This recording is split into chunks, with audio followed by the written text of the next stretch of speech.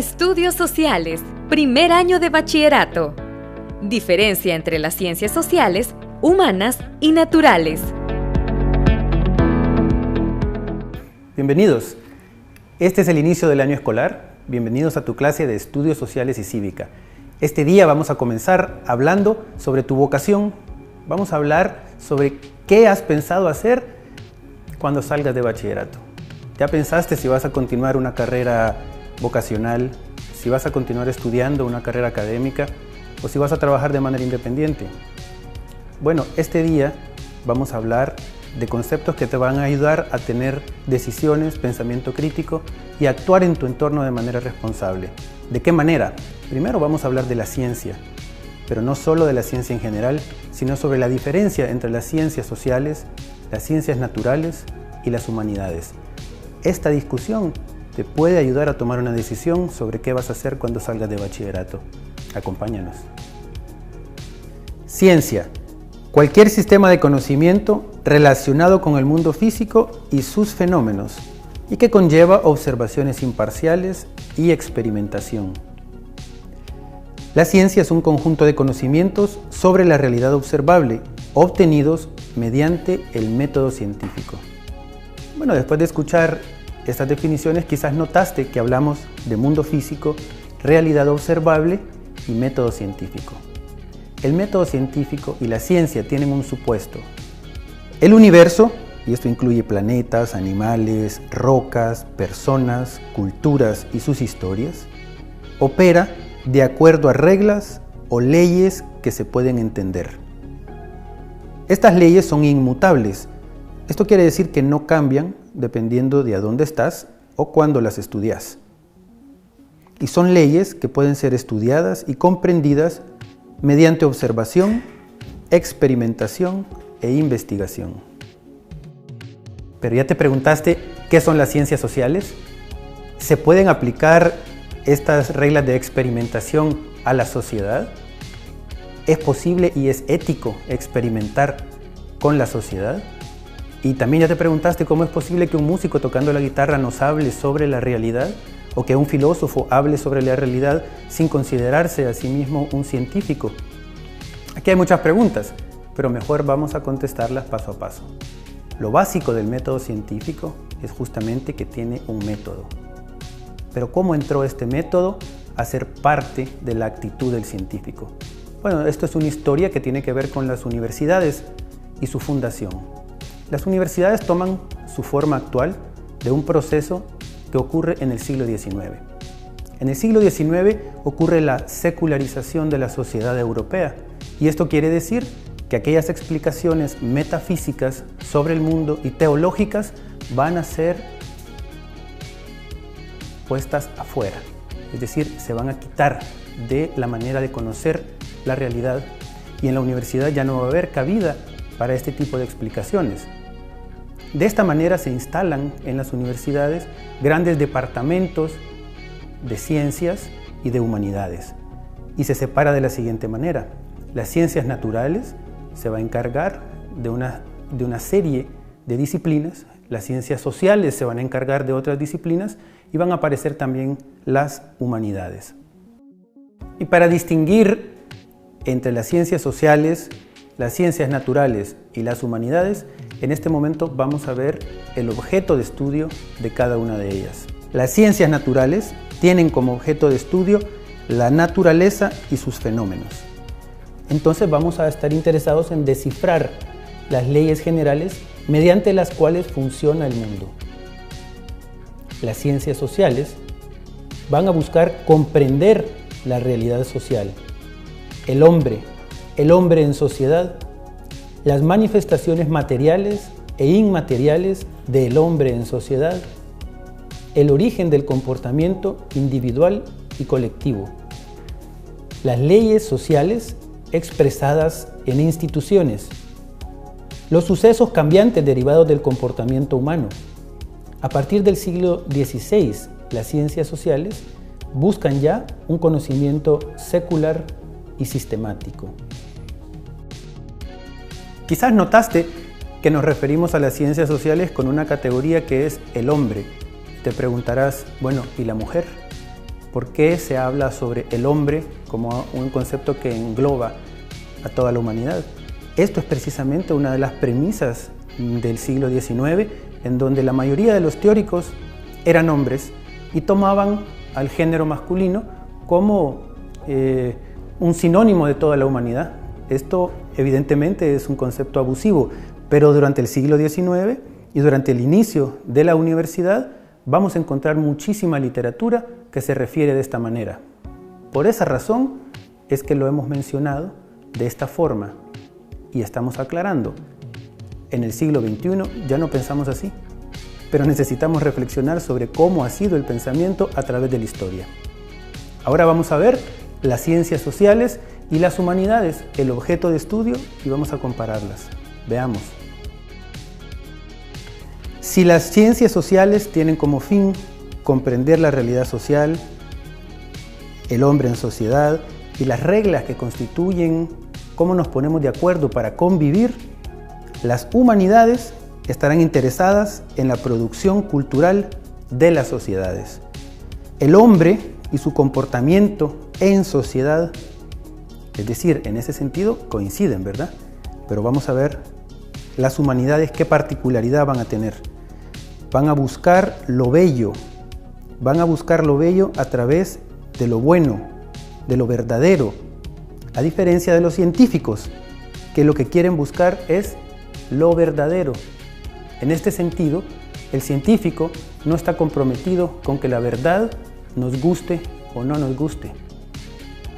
Desde las humanidades hay una reflexión, y va a haber una reflexión sobre el mundo en que vivimos, y la poesía, por ejemplo, es un gran campo para la expresión del sentimiento humano, la literatura, la música. Las humanidades, la diferencia, si ustedes se fijan, es que no están considerándose a sí mismas conocimiento científico. Y ya hablamos que la diferencia es el método. Vamos a hablar también sobre qué es el método científico en esta clase y en la próxima. Bueno, y vamos a ver entonces cómo cada campo va a construir su conocimiento. Y de esta manera tenemos que, dentro de las ciencias naturales, se busca la explicación de los fenómenos mediante el descubrimiento de leyes generales. También se consideran ciencias exactas a sí mismas, las ciencias naturales, es decir, que pueden hablarnos sobre la realidad, determinar aquellas leyes generales y producir un conocimiento exacto, preciso e inmutable. Thomas Kuhn, un investigador, filósofo de la ciencia, hizo un libro maravilloso que habla sobre la naturaleza de las revoluciones científicas. En este libro, que te lo recomiendo, Thomas Kuhn nos va a hablar sobre cómo cambia el paradigma científico. ¿Qué es un paradigma científico? Un paradigma científico es la mejor explicación científica que nos explica un fenómeno en un tiempo determinado. Por ejemplo, la ley de la gravedad. Newton habla de una ley de la gravedad a partir de que la Tierra tiene un centro gravitatorio y que hace que aquellas cosas que caen se dirijan en dirección al centro de la Tierra, y esa es una explicación del fenómeno gravitatorio. Sin embargo, la gravedad es un fenómeno que ocurre en el planeta Tierra. Por lo tanto, esta ley general, si bien es aplicable a esta Tierra, no necesariamente va a ser aplicable a otros planetas. Por lo tanto, es un paradigma científico en la medida que el ser humano estaba pensando en el planeta Tierra mayormente. Van a haber construcciones nuevas y van a haber adelantos científicos y nuevas hipótesis que probar sobre cómo funciona la gravedad en el universo. Bueno, a eso es lo que se le llama un paradigma. Cuando un conocimiento construido y una explicación deja de ser la mejor explicación científica, aparece un nuevo paradigma que tiene la oportunidad de explicarnos los fenómenos observables de mejor manera. Esto es en el campo de las ciencias naturales, pero también puede ser aplicable a las ciencias sociales. Van a haber algunas diferencias en las ciencias sociales, porque el ser humano somos juez y parte, y esto es la gran dificultad de embarcarte en estudiar a la sociedad. Sin embargo, es posible que sea tu vocación. Una cosa que tienes que tener muy clara es que el ser humano y el investigador social va a tener siempre que distinguir entre lo objetivo y lo subjetivo. Y muchas veces el investigador social queda atrapado en medio de estas dos maneras de ver el mundo. Las ciencias sociales, por lo tanto, sí nos pueden hablar sobre los fenómenos sociales. Sin embargo, vamos a tener que separarnos de aquellas cosas que solo son los fenómenos e ir a la raíz de los fenómenos. Y para esto vamos a usar el método científico. Ahora, para finalizar, ¿qué pasa con las humanidades? Bueno, las humanidades no se consideran a sí mismas ciencias, esto ya lo dijimos, pero van a tratar de comprender el mundo a partir de sus fenómenos. Y en este caso van a usar el método fenomenológico, que es una manera de comprender el mundo a partir de aquello que se puede percibir, sentir, y por eso es que se evocan tanto los sentimientos desde la música, desde la poesía, desde la literatura, y sí que nos pueden hablar de la realidad. Y ahora vamos a ver cómo se construye el pensamiento científico y un ejemplo de método científico. Vamos a usar el ejemplo del Hospital General de Viena hacia 1848. En pleno siglo XIX, el método científico comienza a ser desarrollado por un médico llamado Semmelweis. Veamos el siguiente video. A mediados del siglo XIX, algo extraño estaba sucediendo en el Hospital de Maternidad de Viena, que tenía dos divisiones. En la división 1 se le enseñaba a los estudiantes de medicina y a los practicantes, y 1 de cada 10 madres moría de fiebre de parto.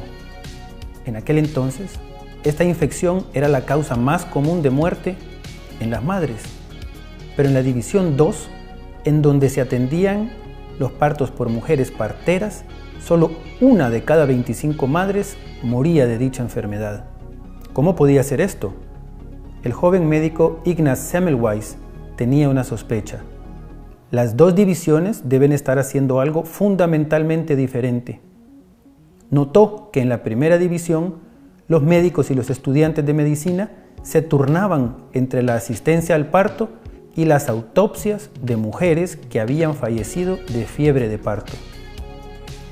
Los estudiantes y los médicos trabajaban con su ropa de diario en lugar de usar batas de laboratorio, que tampoco eran ropas limpias, y se iban directo desde la sala de autopsia hasta la sala de partos sin lavarse las manos. Las parteras en la división 2 solamente hacían una cosa: atender partos. Pasaron años antes de que el papel de las bacterias se conociera, pero Semmelweis acababa de descubrir que la fiebre de parto estaba siendo contagiada a las mujeres por los propios médicos. También descubrió que la causa de la enfermedad podría ser destruida a través de lavarse con productos químicos y alentar el uso de desinfección en los hospitales. El resultado fue que el número de muertes de la división 1 se redujo en 2/3.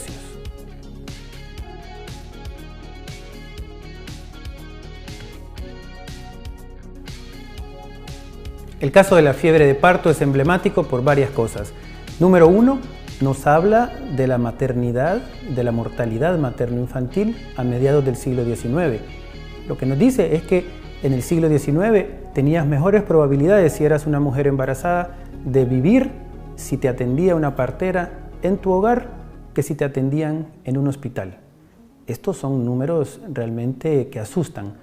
Vamos a ver el cuadro siguiente para ver cómo eran las mortalidades materno-infantiles si te atendían en tu hogar o si ibas al hospital a mediados del siglo XIX. Como referencia, actualmente en Estados Unidos, el parto atendido en casa tiene un índice de mortalidad de 1 en cada 10.000 y en el hospital 1 en cada 10.000, es decir, está equiparado. El riesgo de parir en casa o de parir en un hospital es exactamente el mismo. Pero en Londres, a mediados del siglo XIX, 10 de cada 10.000 mujeres que eran atendidas en parto en casa por parteras fallecía. Y en contraste, 600 de cada 10.000 que eran atendidas en un hospital fallecían. Estos son números alarmantes y se corresponden con lo que estaba pasando en París a mediados del siglo XIX también. 50 de cada 10.000 mujeres atendidas en casa fallecía. Y en hospital, entre 500 y 800 por cada 10.000 fallecían. Es decir, ir al hospital era un riesgo bastante alto. ¿Qué estaba ocurriendo? Aquí viene el razonamiento científico y el método científico del que estamos hablando. El doctor Ignaz Semmelweis tuvo que hacer una serie de hipótesis para poder probar cuál de ellas era en verdad la causa de lo que estaba ocurriendo. Veamos entonces cuáles son las hipótesis que este médico Ignaz Semmelweis tuvo que elaborar y después examinar. La número 1 dijo, bueno, en la división 1 hay más personas que en la división 2, por lo tanto, la mortalidad debe de estar relacionada con la sobrepoblación que tenemos en la división 1. Examinó sus hipótesis y se dio cuenta de que esta no era la causa, porque si bajaba la sobrepoblación en la división 1, el índice de mortalidad se mantenía. Por lo tanto, esta hipótesis quedaba descartada. La hipótesis número 2 decía, la división 2 estaba asistida por parteras que posicionaban a la mujer de lado para parir. En cambio, en la división 1, los doctores venían y trabajaban con la mujer acostada sobre sus espaldas. Semmelweis pensó, la posición de parto debe de estar incidiendo en el índice de mortalidad. Pidió que cambiaran entonces las posiciones de parto y examinó su hipótesis, pero los índices de mortalidad continuaban de la misma manera. Por lo tanto, descartó que la posición de parto estuviera causando las muertes maternas. La hipótesis número 3, un factor psicológico. Había un factor psicológico involucrado. Pensó, los sacerdotes que entran a dar la extrema unción a las mujeres que están muy enfermas, entran por la división 1. Y si la mujer ya está enferma, el ver a un sacerdote entrando por su división puede ser que la deprima y eso cause que los síntomas se aceleren y por lo tanto se agraven. Entonces le pidió al sacerdote que no entrara por la división 1, sino que entrara por otra puerta. Pero el índice de mortalidad se mantuvo. Por lo tanto, esta hipótesis fue descartada. Ya tenemos 3 hipótesis examinadas. Vamos a ver la número 4. Dijo, la división 2, atendida con técnicas menos invasivas por parte de las parteras, podía tener la solución. En la división 1, que era atendida por estudiantes, ahí entraban tanto estudiantes extranjeros como estudiantes nacionales de Viena. Entonces él dijo, vamos a reducir el número de estudiantes que tocan a la mujer embarazada y de esta manera vamos a poder examinar esta hipótesis. Y así lo hicieron. Le dijeron a los estudiantes extranjeros que ya no se involucraran en la asistencia del parto, pero los números seguían siendo iguales. Un golpe de suerte en realidad fue lo que hizo que Semmelweis pudiera elaborar una siguiente hipótesis. ¿Y cuál fue esta hipótesis? Bueno, ¿qué pasó? Pasó que un doctor, después de haber atendido una autopsia, se cortó accidentalmente en medio de la autopsia y le dieron los mismos síntomas que le daba a las mujeres con fiebre de parto. El hombre enfermó y murió. Por lo tanto, se sabía que esta ya no era una enfermedad que solo le daba a las mujeres, que le podía dar a cualquier persona. Y después dijo, esto ha ocurrido en medio de una autopsia.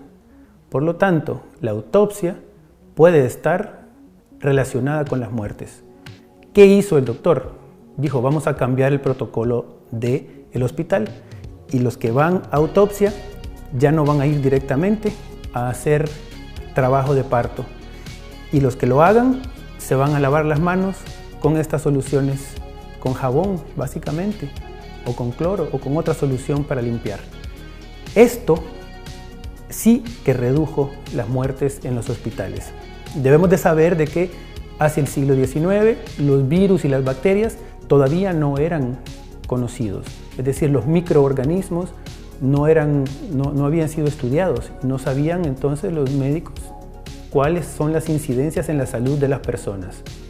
Aquí tenemos un trabajo de conocimiento y creación de un conocimiento siguiendo un método. La elaboración de hipótesis, la examinación de las hipótesis, la hipótesis final y luego su validación a partir de que los números de las muertes maternas se redujeron. Por lo tanto, había una correspondencia entre la acción emprendida y el resultado esperado. Esto es conocimiento científico. Esto es precisamente cómo funciona el tipo de conocimiento en las ciencias. Ahora hagamos una reflexión. Los doctores que estaban entrenados en universidades y en departamentos de ciencias naturales eran los que estaban examinando lo que estaba ocurriendo en el Hospital de Viena. Los doctores entrenados en las facultades trabajaban tratando de descubrir las leyes físicas, biológicas, las leyes naturales, las leyes generales, vamos a decir. Pero en realidad, de fondo, había una conducta humana que estaba condicionando la enfermedad. Y esto era el hecho de hacer autopsias en el mismo lugar donde se hacían las atenciones de parto. Y esto es una decisión humana. ¿Cómo podemos llegar a establecer un conocimiento científico sobre el comportamiento humano? Esta es la reflexión que quiero que hagamos de cierre, porque las ciencias sociales siempre van a involucrar aquello que llamamos la hermenéutica. La hermenéutica no es otra cosa que distinguir que somos juez y parte en un proceso de investigación. Es decir, que si bien podemos determinar leyes generales sobre el comportamiento del ser humano en sociedad, siempre tenemos que tener muy claro que somos parte de aquella sociedad que queremos analizar y por lo tanto nuestra objetividad se puede ver comprometida. Las ciencias sociales y el científico social debe estar siempre claro y pendiente de este proceso para poder llegar a observaciones más objetivas. Esto es lo que nos va a permitir construir unas ciencias sociales con objetividad, sin olvidar que los procesos subjetivos son precisamente lo que nos vuelve seres humanos. Esta es la riqueza de la ciencia social y esto es lo que hemos querido ofrecerte este día para que veas en tu horizonte qué te llama la atención. ¿Quieres seguir estudiando ciencias naturales? ¿Quieres trabajar en un departamento de ciencias sociales? ¿O te gusta hablar de la realidad a partir de métodos que no son necesariamente el método científico? Todo es válido en este mundo. Tú vas a tomar tu decisión, pero recuerda, el pensamiento crítico es lo que te va a permitir existir en este mundo y contribuir a tu sociedad. Nos vemos para la próxima.